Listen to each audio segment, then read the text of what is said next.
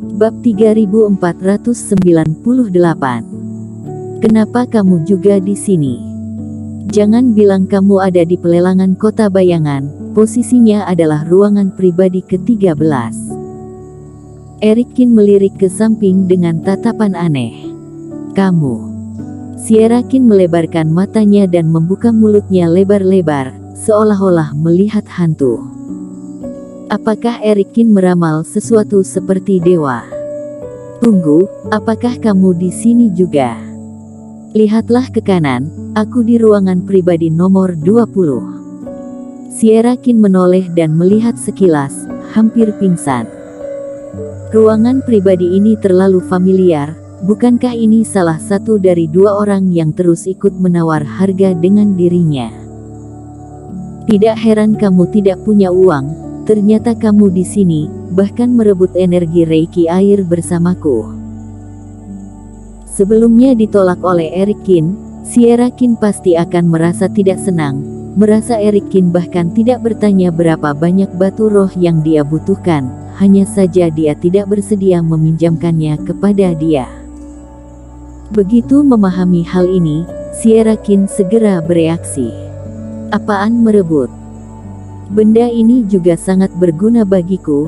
Sebaliknya Tuan Istana Kin, sebagai kepala negara, kamu harusnya tidak datang ke wilayah seperti ini.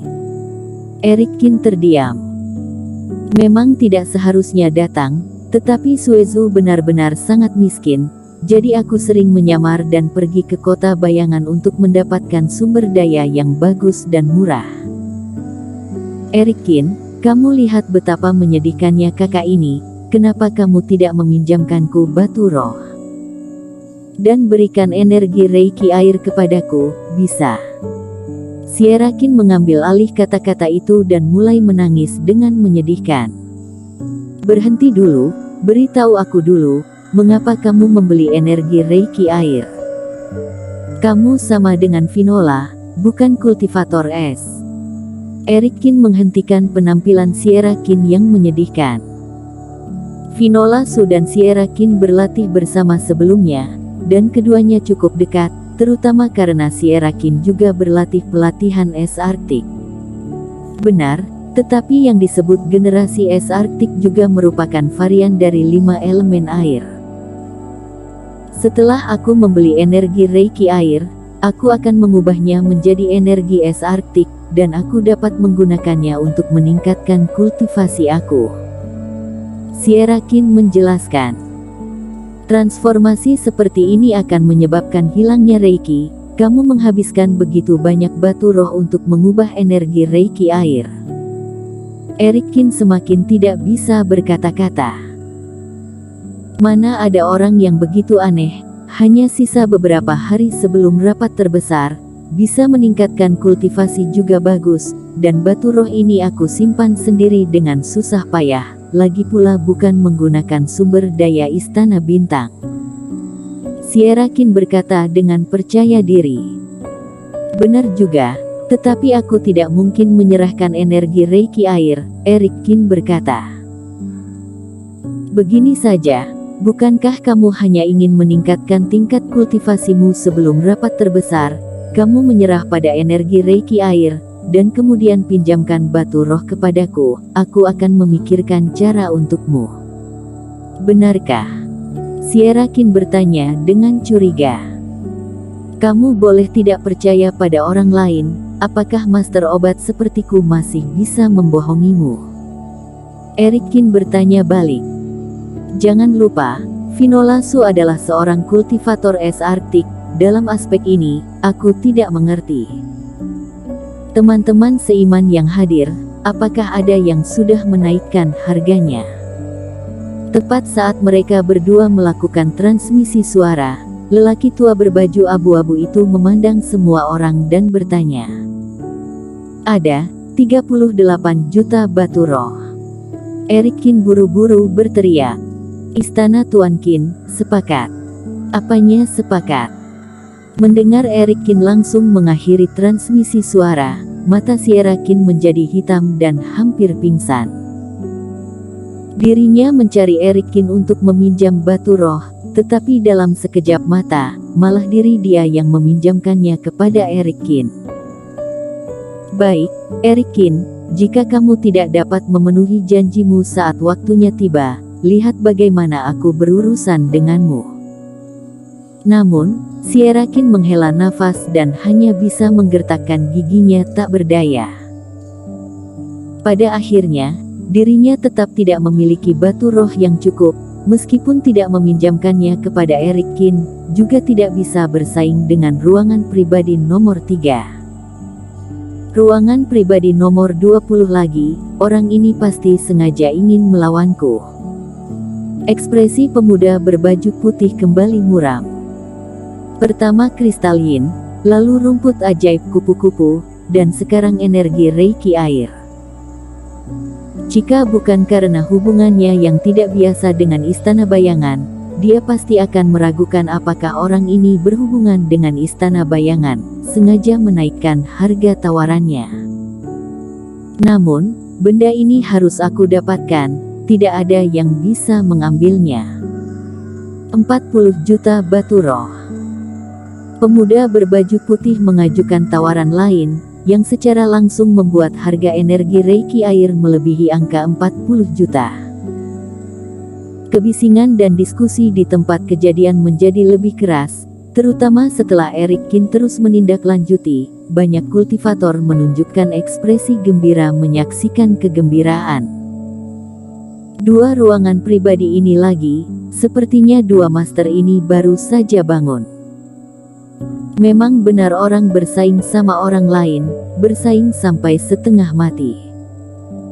Kita semua tidak bisa menjual 40 juta batu roh meskipun aku menghancurkan pot dan menjual besi. Alhasil, orang membeli segumpalan energi reiki air dan bisa mengeluarkannya.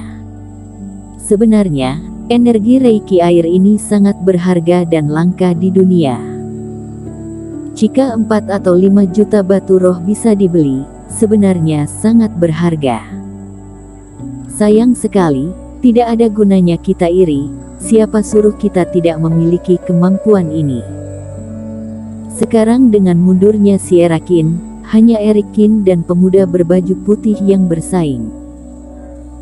Setelah para kultivator menyadari mereka tidak dapat memperoleh energi reiki air, mereka pun menjadi penonton yang menyaksikan keramaian.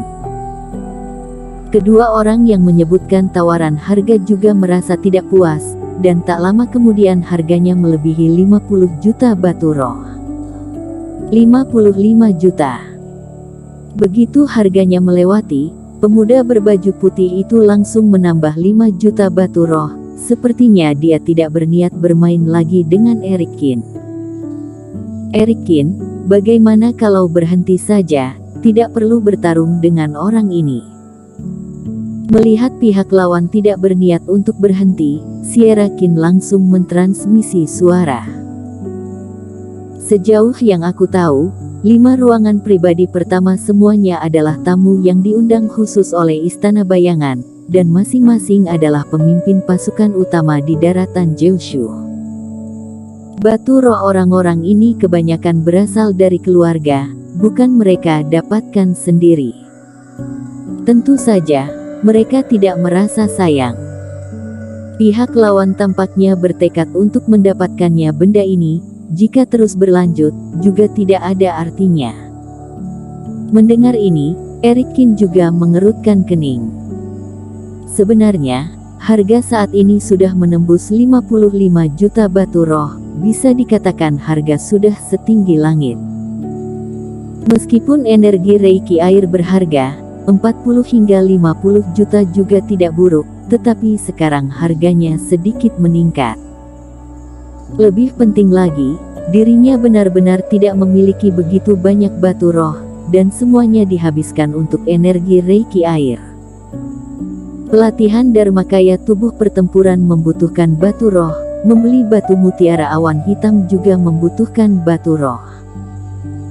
Ada banyak hal yang perlu menggunakan uang, dan memang tidak mungkin bagi dirinya untuk melawan kultivator yang didukung oleh keluarga besar. Sambil menggelengkan kepalanya, Erikin berniat menyerah setelah 1 atau 2 tawaran lagi. Batu rohnya sendiri harus digunakan pada hal yang paling berguna, dan harga energi Reiki air jelas tidak sepadan. Melihat Erikin tidak menawar untuk waktu yang lama, pemuda berbaju putih di sisi yang berlawanan menunjukkan senyum kemenangan. Di matanya, Erikin sudah dianggap sebagai provokator, dan sekarang menggunakan sumber daya keuangan ini untuk menghancurkan Erikin, memberinya perasaan lega. Meskipun sebelumnya beberapa kali tawaran yang dilakukan kedua orang ini adalah kebetulan, pada kenyataannya, itu adalah sesuatu yang bisa dimengerti dengan berpikir. Tapi pemuda berbaju putih itu sudah terbiasa dimanjakan sejak kecil. Dia lahir di keluarga kaya.